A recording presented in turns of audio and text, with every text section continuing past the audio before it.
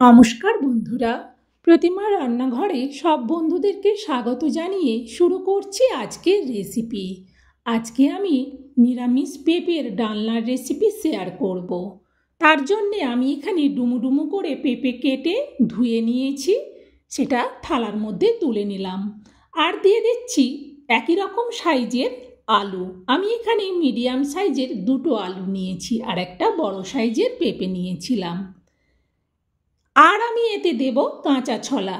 আর কাঁচা ছোলাটা একটু আগের থেকে ভিজিয়েছিলাম, তাই এটা অঙ্কুরিত হয়ে গেছে, তাতে কোনো অসুবিধে নেই। এইভাবে অঙ্কুরিত ছোলাও দিয়ে দেওয়া যায়। আর আমি এর জন্যে নিয়ে নিয়েছি একটা টমেটো। বন্ধুরা, আমি এই রেসিপিটা কিভাবে রান্না করি আর এইভাবে রান্না করলে যেমন স্বাদ হয় তেমন সুগন্ধ হয়, দুর্দান্ত লাগে রেসিপিটা খেতে। তাই তোমরা কেউ স্কিপ করে দিও না, পুরো রেসিপিটা প্রথম থেকে শেষ পর্যন্ত দেখো। চলো তাহলে এবার রান্নাটা শুরু করি। দেখো, আমি গ্যাস জ্বেলে দিয়ে কড়া বসিয়ে দিয়ে তাতে দিয়ে দিলাম তেল। এবার খুন্তি দিয়ে তেলটাকে একটু চাড়িয়ে নিচ্ছি কড়ার উপর পর্যন্ত। পর তেলের মধ্যে দিয়ে দিচ্ছি আলুগুলো। সব আলুগুলো দেওয়ার পর একটু খুন্তি দিয়ে নাড়িয়ে দেবো। তারপর এতে দিয়ে দিচ্ছি আমি হলুদ। হলুদ দেওয়ার পর আবারও আলুগুলোকে বেশ ভালো করে নাড়াচাড়া করব। আর এই সময় গ্যাসটা কিন্তু মিডিয়াম থেকে লোয়ে রাখবো, একেবারে হাইতে রাখবো না, কারণ আলুগুলোকে বেশ ভালো করে ভাজতে হবে। সেই জন্যে গ্যাসটাকে মিডিয়াম টু লোয়ে রেখে প্রায় 3-4 মিনিট আমি আলুটাকে এইভাবে নাড়াচাড়া করলাম। দেখো, আলুটা কত সুন্দর হয়ে ভাজা হয়ে গেছে। আর এইভাবে ভাজার সময় একটু হলুদ দিয়ে দিলে আলু ভাজার কালারটা বেশ সুন্দর হয়। আলুগুলো আমি তুলে নিচ্ছি একটা জায়গার মধ্যে। এরপর আমি এতে দিয়ে দিচ্ছি তেজপাতা আর দিচ্ছি শুকনো লঙ্কা, দিয়ে দিচ্ছি অল্প একটু কালো জিরে, অল্প একটু গোটা জিরে।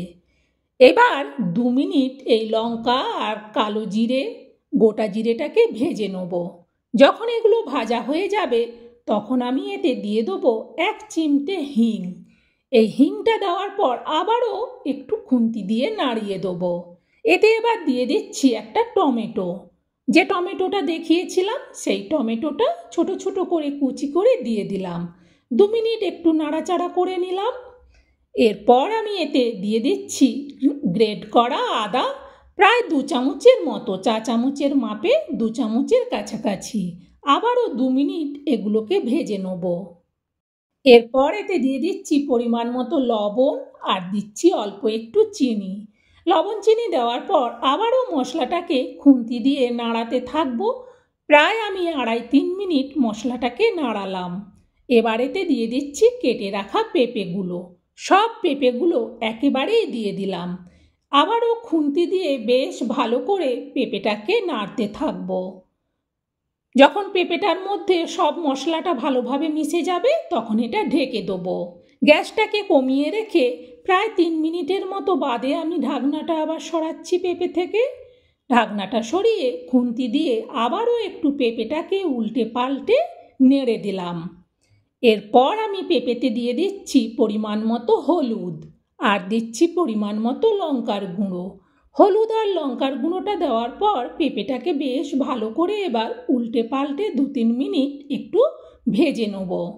এতে করে হলুদ আর লঙ্কার গুঁড়োটাও সব পেঁপের মধ্যে বেশ ভালো করে মিশে যাবে। দেখো, বেশ ভালো করে মিশে গেছে। এবার আমি এতে দিয়ে দিচ্ছি ধনে গুঁড়ো 1/2 চামচ আর দিচ্ছি জিরে গুঁড়ো 1/2 চামচ। ধনে আর জিরেটা দেওয়ার পর আবারও মশলাটাকে বেশ ভালো করে পেঁপের সঙ্গে নাড়াতে থাকবো। যখন মশলাটা ভালো করে মেশানো হয়ে যাবে তখন এটা আবারও ঢেকে দেবো। এবারেও কিন্তু গ্যাসটা একেবারে লোতে রেখে প্রায় মিনিট 3 বাদে ঢাকনাটা আমি আবারও সরিয়ে নিচ্ছি পেঁপে থেকে। আবারও খুন্তি দিয়ে পেঁপেটাকে বেশ ভালো করে একটু নিচ থেকে উপর পর্যন্ত উল্টে পাল্টে নাড়তে থাকবো। যখন পেঁপেটা ভালো করে নাড়া হয়ে যাবে তখন এতে দিয়ে দিচ্ছি ভেজে রাখা আলুগুলো। সব আলুগুলো দেওয়ার পর আবারও বেশ ভালো করে আলু আর পেঁপেটাকে নেড়ে দেবো। দেখো, বেশ ভালো করে আলু আর পেঁপে নাড়া হয়ে গেছে। এবার এতে দিয়ে দিচ্ছি পরিমাণ মতো জল। আলু আর পেঁপেটা বিশেষ করে সেদ্ধ হবে, সেই মতো একটু বেশি জল দেওয়ার পর এটাকে ঢেকে দিলাম। এবার কিন্তু গ্যাসটা বাড়ানো থাকবে ফুটে ওঠা পর্যন্ত। দেখো তরকারিটা ফুটে উঠেছে, তাই আমি ঢাকনাটা সরিয়ে একটু তরকারিটাকে নেড়ে দিলাম। নেড়ে দেওয়ার পর এতে এবার দিয়ে দিচ্ছি ভিজিয়ে রাখা যে ছলাগুলো, সেই ছলাগুলো সব ভালো করে ধুয়ে এতে দিয়ে দিলাম। দেওয়ার পর ঢেকে দিয়ে গ্যাসটাকে মিডিয়ামে করে দেবো। প্রায় মিনিট 3 বাদে আবারও আমি ঢাকনাটা সরাচ্ছি। দেখো তরকারিটা বেশ আস্তে আস্তে ফুটছে। খুন্তি দিয়ে বেশ ভালো করে তরকারিটাকে নেড়ে দিলাম। পেঁপেগুলো এখনও একটু সেদ্ধ হতে বাকি আছে। এই রকম অবস্থায় এতে এবার দিয়ে দিচ্ছি ভাজা জিরে গুঁড়ো 1/2 চামচ, আর দিচ্ছি কিছুটা কসুরি মেথি হাত দিয়ে গুঁড়ো করে, আর দিয়ে দিচ্ছি কিছুটা নারকেলের কুচি। এই নারকেল কুচি দিয়ে পেঁপের ডালনাটা ভারী সুন্দর লাগে। দেওয়ার পর এটা ঢেকে দিলাম। প্রায় মিনিট 3 বাদে আবারও আমি এর থেকে ঢাকনাটা সরিয়ে নিচ্ছি। কি সুন্দর এখনই একটা সেন্ট বেরোচ্ছে। এবার ভালো করে উল্টে পাল্টে পেঁপে আর আলুটাকে বেশ নেড়ে দেবো। এবার কিন্তু পেঁপেটা সেদ্ধ হয়ে গেছে। নাবানোর আগে দিয়ে দেবো 1/2 চামচ ঘি।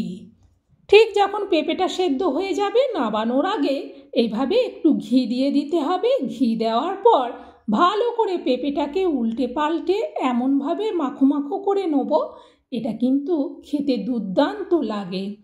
আর এইভাবে রান্না করলে একেবারে ফাটাফাটি লাগবে। এটা এবার নাবিয়ে নিচ্ছি। নাবিয়ে আমি এই বাটিটার মধ্যে রেখে দিচ্ছি। বন্ধুরা, এইভাবে পেঁপের ডালনাটা বানিয়েও দুর্দান্ত লাগে খেতে। আমি আরও একটু নারকেল কুচি তরকারিটার উপরে দিয়ে দিচ্ছি। এই রেসিপিটা দিয়ে মুড়ি, রুটি, পরোটা দুর্দান্ত লাগবে খেতে। এটা ভাতের সাথেও খেতে বেশ ভালো লাগবে। আমার এই নিরামিষ রেসিপিটা তোমাদের কেমন লাগলো সেটা অবশ্যই কমেন্টে জানিও। আর যদি ভালো লাগে তাহলে এই রেসিপিটার জন্য একটা লাইক দিয়ে দিও, আর রেসিপিটা শেয়ার করে দিও, আর কমেন্ট করে জানিও কেমন লাগলো। তাহলে আজকের মতো বিদায় নিচ্ছি।